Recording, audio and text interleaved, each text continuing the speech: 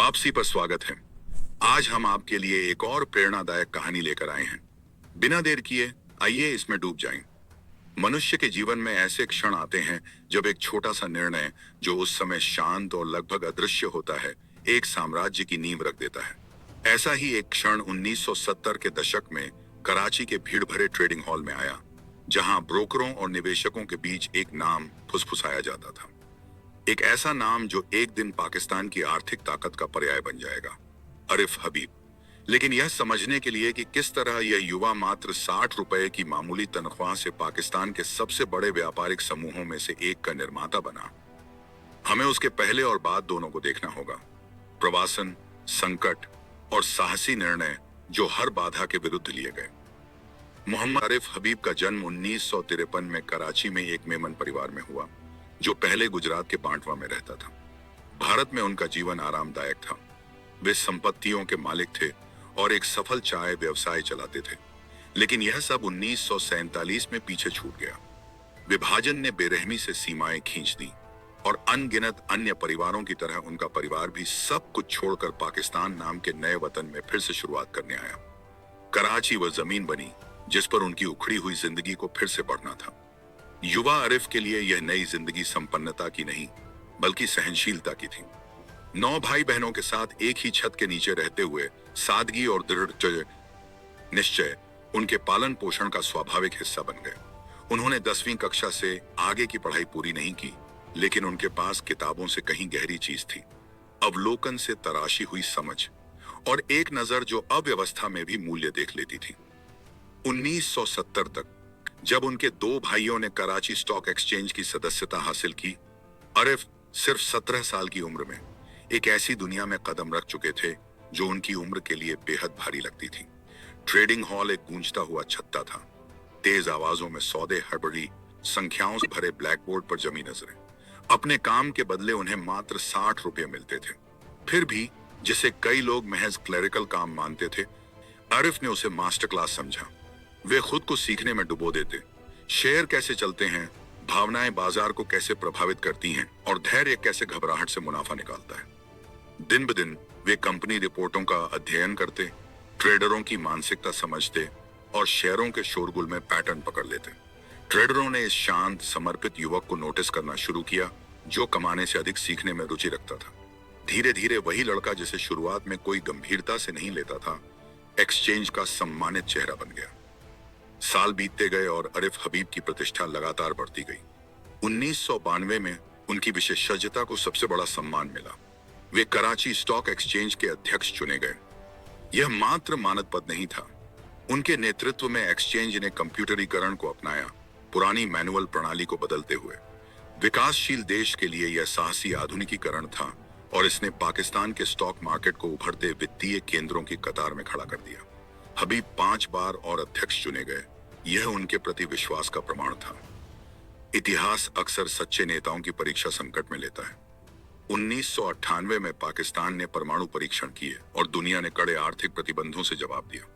बाजार ध्वस्त हो गया। अनिश्चितता ने पूरे देश को जकड़ लिया। निवेशक भाग गए, अपने शेयर औने पौने दामों पर बेचने लगे।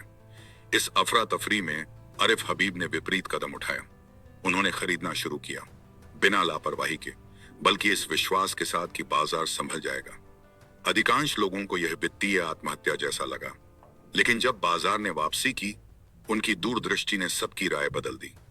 अब आरिफ सिर्फ कुछ ब्रोकर नहीं, बल्कि एक दूरदर्शी नेता माने जाने लगे जो दूसरों की हार में भी सफल होते हैं।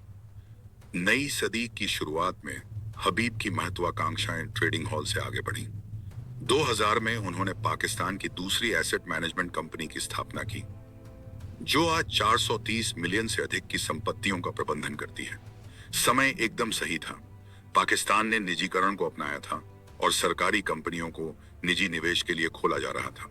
हबीब ने इस मौके को थामा, उर्वरक, स्टील, सीमेंट और यहां तक कि बैंकों में भी निवेश किया। हर निर्णय ने उनके पोर्टफोलियो को विविधतापूर्ण बनाया, एक ही क्षेत्र पर निर्भरता कम की और पाकिस्तान की अर्थव्यवस्था में उनके समूह की पकड़ मजबूत की। इन उपक्रमों में आरिफ हबीब कमोडिटीज प्रमुख था, जो पाकिस्तान की प्रमुख वैश्विक वस्तु व्यापार कंपनियों में से एक बनी। 1973 में स्थापित और बाद में जबरदस्त विस्तार के साथ यह कंपनियों, सरकारों और उच्च नेटवर्थ व्यक्तियों के लिए ब्रोकरेज, निवेश और पोर्टफोलियो प्रबंधन सेवाओं का एक केंद्र बन गई। कराची स्टॉक एक्सचेंज में इसकी उपस्थिति मजबूत शोध और परामर्श क्षमताओं के साथ उद्योग का नेता बनाया और अंततः पाकिस्तान स्टॉक एक्सचेंज की शीर्ष 25 कंपनियों में जगह दिलाई। लेकिन भाग्य कभी सीधी रेखा में नहीं बढ़ता। 2007 से 2008 के वैश्विक वित्तीय संकट ने पाकिस्तान के बाजारों को भी बुरी तरह हिला दिया। नियामक प्रतिबंधों ने ट्रेडिंग रोक दी, डिफॉल्ट्स ने ब्रोकरों को डुबो दिया और कुछ ही महीनों में KSE 100 इंडेक्स 48% गिर गया। एक बार फिर हबीब ने अपनी साम्राज्य को संकट में पाया। कई लोगों ने सोचा कि उनका समूह इस दबाव में ढह जाएगा, लेकिन किसी तरह उन्होंने इसे स्थिर रखा। सोचे समझे पुनर्गठन, धैर्य और रणनीतिक बदलावों के माध्यम से उनके व्यवसाय संकट से उबर गए और जब कॉरपोरेट कमाई फिर से सुधरी, वे चोटिल जरूर हुए लेकिन पराजित नहीं। आरिफ हबीब का कद उनके अपने व्यवसायों से कहीं आगे तक फैला। वे पाकिस्तान की सेंट्रल डिपॉजिटरी कंपनी के संस्थापक सदस्य थे, जिसने शेयर लेन देन को और अधिक सुरक्षित और सरल बनाया। उन्होंने privatisation commission, board of investment और महत्वपूर्ण वित्तीय समितियों में सेवा दी, जहां देश की आर्थिक नीतियों को आकार दिया। ये पद केवल औपचारिक नहीं थे बल्कि प्रभावशाली थे, जिनसे पाकिस्तान की विकसित होती वित्तीय संरचना पर उनकी छाप पड़ी। साथ ही उनकी होल्डिंग इकाई आरिफ हबीब लिमिटेड AHL उनके निगम का सबसे मजबूत अंग बनी। उर्वरक, बैंकिंग, औद्योगिक धातु, निर्माण सामग्री, डेयरी और ऊर्जा तक फैली AHL ने समूह की पहुंच को और व्यापक बनाया। CFA based society Pakistan, finance Asia और एशिया मनी से मिले पुरस्कारों ने इसकी प्रतिष्ठा को अमर कर दिया। हर सम्मान के पीछे सालों की अनुशासित शोध, पारदर्शिता और उत्कृष्टता थी। अधिकांश उद्यमियों के लिए विभाजन से बचना, बाजार दुर्घटनाओं और वैश्विक संकटों का सामना करना ही काफी होता, लेकिन आरिफ हबीब के लिए चुनौतियां ही विकास का ईंधन बन गईं। आज उनका नाम पाकिस्तान में वित्तीय विशेषज्ञता का प्रतीक है और उनकी कंपनियां अस्थिरता को अवसर में बदलने की सोच को दर्शाती हैं। जहां कभी ट्रेडर उस लड़के का मजाक उड़ाते थे जो 60 रुपए कमाता था, अब सरकारें, कंपनियां और संस्थाएं उनकी सलाह लेती हैं। उनकी कहानी सिर्फ अंकों या पोर्टफोलियो की नहीं है। यह 1947 में उजड़े परिवार से मिली सहनशीलता की है, ढहते बाजारों में दिखाई गई हिम्मत की है और उस दृष्टिकोण की है जो एक साधारण ट्रेड से आगे जाकर पाकिस्तान की आर्थिक प्रगति को देखता है। आज भी जब आरिफ हबीब कमोडिटीज वैश्विक स्तर पर अपना प्रभाव बढ़ा रही है, कराची के ट्रेडिंग हॉल में खड़े उस शांत युवक का संकल्प इसकी नींव की तरह मौजूद है। इसके केंद्र में एक विरोधाभास खड़ा है, एक ऐसा आदमी जिसने 10वीं कक्षा के बाद पढ़ाई छोड़ दी, लेकिन निवेशकों की पीढ़ियों को वे पाठ सिखाए जो कोई किताब नहीं दे सकती।